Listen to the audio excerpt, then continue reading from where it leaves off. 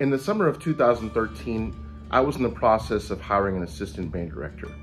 I was very fortunate enough to hire David Graves. Of all the qualities he brought to our band program, his musical expertise and his pedagogical know-how were surpassed only by his charisma and his ability to connect with students. His bands did remarkably well, and he earned numerous sweepstakes and even advanced to the state OPS contest in our small school organization here in Texas. For me, one of the most significant takeaways from our professional relationship was observing him break down the elements of music to their most simplest form: rhythm, pitch, and expression. It is a concept that has stuck with me and has even shaped the way I approach teaching a new song to students. Recently, we had the opportunity to discuss this concept over a Zoom call, and as is customary, whenever David and I get together, we talk a lot. In fact, we maxed out on two 40-minute Zoom calls. Luckily, I broke some of that down for you so you get to see what the reduced version of that is. Now, if you get nothing else out of this video, then at least listen to this portion right here. My head director friends, there is a lot of information that you can learn from your staff members, assistants, techs. Even though you sit in the big chair, do not diminish their knowledge just because they are not in that chair. Well, I'm joined today by my friend and former colleague, David Graves. David, thank you so much for taking the time. I'd like to start by asking you about something that I observed in your teaching, and I remember you using the acronym RPE when you would work with middle school band students. Can you explain to me what that is, what the letters stand for, and what falls under each one of those letters? Sure. First of all, I think it got started. I can't remember if I was teaching a fifth or sixth grade general music class or a beginning band class, but I was just trying to find a way. Well, I like food, obviously. If you could see me, you would know that. Um, Trying to find a way to keep things real simple in a way that the kids could understand. And I thought of a recipe. Of course, recipe, you think of ingredients. And so I thought, what are the main elements of music if you break it down to its purest form, like caveman style? What would they be? And I thought, well, rhythm. Because when I used to earlier in my career, when I would teach a general music class, I would always, make up this story about the cavemen, and before they could formulate words, they had rocks and sticks and they would beat them together. And so rhythm came first. Rhythm has to do in music with how fast or slow the music is going on. And then the second one, P, would be pitch. And that, of course, has to do with how high or low. So you have a cute little rhyme: fast, slow, high, low. And pitch has to do not only with the actual notes but you're playing, but when you get with more advanced teaching and you talk about intonation, it has to do with frequency, because technically if you're playing out of tune, you're playing the wrong frequency. And then it covers key signatures and all things that are pitch related. And then the E stands for expression, which I just only recently I thought, okay, I've got to have a little catchy phrase for expression, because for rhythm I have fast and slow, for pitch you have high and low. So for expression, I came up with show or no show. What that means is when you have the two basic elements of rhythm and pitch, and then you add everything else, it would be style, articulation, dynamics, everything that makes the music come off the page, you're creating a show. Basically, is your music boring or is it live? And you always, no matter if you're a beginner, we teach beginners, when you're playing a whole note, you want to play it not only all the way to the bar line, play through beat four, not to beat four, but play it with a good sound, play with a good articulation, a good release. So essentially, you're making music from the first day you make a sound. That's expression. So you're either making it, putting on a show, or you're not putting on a show. So again, RPE: rhythm, pitch, expression. Rhythm, faster, slow; pitch, higher, low; and expression, show or no show. You kind of already alluded to this, but rhythm being first, is there another reason why you would prioritize rhythm before anything else in that hierarchy of in the acronym? Well, yeah, I think of rhythm as being like the skeleton is to the human body. Um, Without the skeleton, you're just a mush of muscles and organs laying on the floor. Can't do anything. It's important to work on all three of these things uh, at one time. The three things I always do when we're working on new music, and I do this with bands too when I rehearse them, is you count first. You count, so basically representing the rhythm. And then the second thing we do is we name the notes and finger them. The third thing we do is play, which is where you put in all the expression.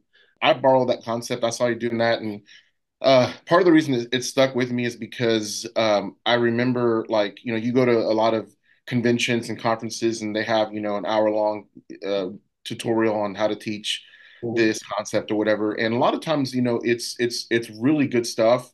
A lot of times they're trying to sell you something, or they're trying to, like maybe they're over complicating something. And it's the whole RPE thing is something that I was like, kids can get this. And part of where I've even talked to kids before about this is like actually putting a little bit more emphasis on rhythm in the beginning because obviously like you said you have to work on everything together, but if attacks aren't lining up because your rhythm is not right, then you can't address the intonation and the chords aren't going to lock in because you're playing a wrong note, a note at the wrong time, excuse me. Maybe the right note, but for two beats later or something like that. Right. And I think at the beginning, if you isolate each step, like I said in my private lessons now with my first year students, we will oftentimes tackle each exercise in the method book that way. We'll count it first. And I tell them you're not allowed to say the notes until you can count the rhythm. And then you go on to step two, and you're not allowed to play it until you can actually name the notes and finger them correctly at the same time. But the end game is to be able to sight read well. I mean, that's why they have sight reading at concert band contests. Even in lots of military band auditions, I think to this day, they still professional military band auditions, they have sight reading. And sight reading is the test to see if you can do all three of those things, but you don't get to break it down and do, okay, guys, audition panel, I'm going to count through my rhythm first. Then I'm going to name the notes to show you I know the thing. No, you just got to play it.